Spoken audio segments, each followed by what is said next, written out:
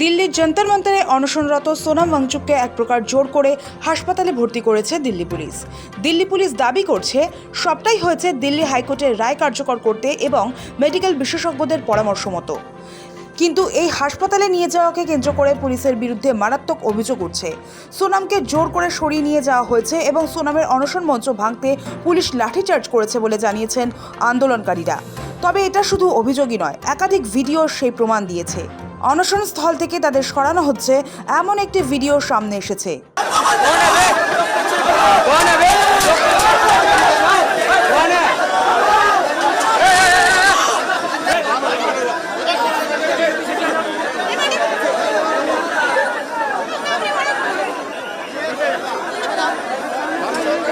যেভাবে সোনাম ওয়াংচুককে হাসপাতালে সরানো হয়েছে তার তীব্র আপত্তি জানালেন তৃণমূল নেত্রী মমতা বন্দ্যোপাধ্যায়। তার দাবি দরকারে সোনামকে বেসরকারি হাসপাতালে সরানো হোক। এই সরকারকে বিশ্বাস করা যায় না।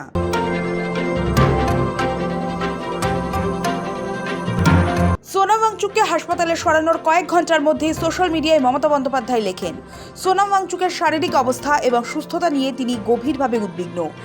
উনি তো শুধু সরকারের সঙ্গে আলোচনা চেয়েছিলেন, কিন্তু গত কয়েক সপ্তাহে অনশন করেও সরকারের নীরবতা ছাড়া কিছুই পাননি। ঠিক যেভাবে দেশের হাজার হাজার ছাত্র যুবর প্রশ্নে সরকার নীরব রয়েছে, সেভাবেই গণতন্ত্রের শান্তিপূর্ণ বিক্ষোভকারীদের সঙ্গে আলোচনায় বসা উচিত। এভাবে নীরব থাকা যায় না।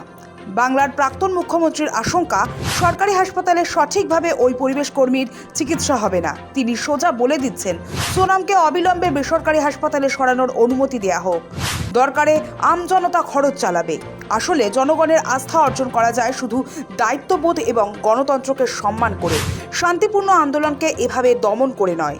মমতার কথায়, যে সরকার বিরুদ্ধ স্বরকে গণতন্ত্রের অংশ হিসাবে না দেখে হুমকি হিসাবে দেখে, সেই সরকারকে অন্তত বিশ্বাস করা যায় না।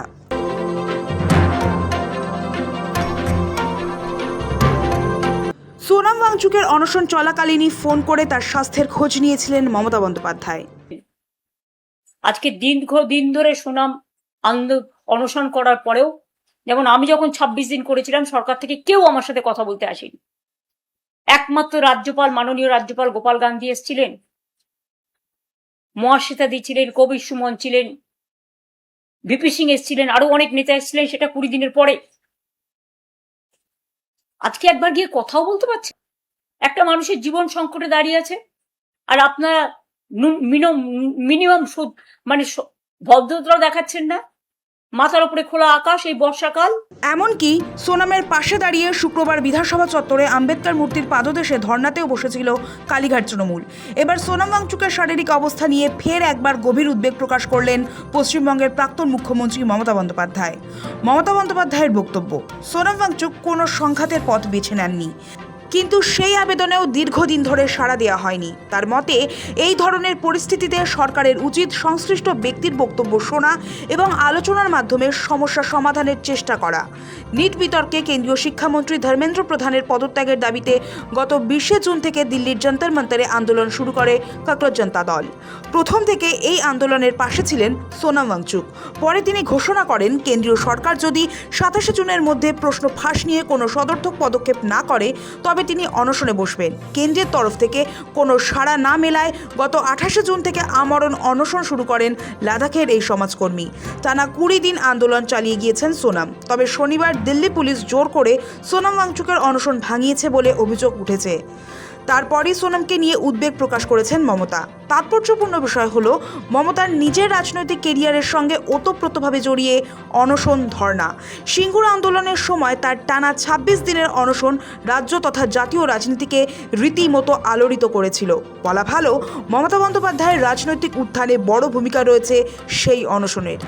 সোনামের অনশন চলাকালীনও মমতা তাকে ফোন করেছিলেন, তার শারীরিক অবস্থার খোঁজ নেন। এবার সোনামের স্বাস্থ্য নিয়ে উদ্বেগ প্রকাশ করে কেন্দ্রকে তোপ দাগলেন তৃণমূল নেত্রী। ব্যুরো রিপোর্ট, সময়, কলকাতা।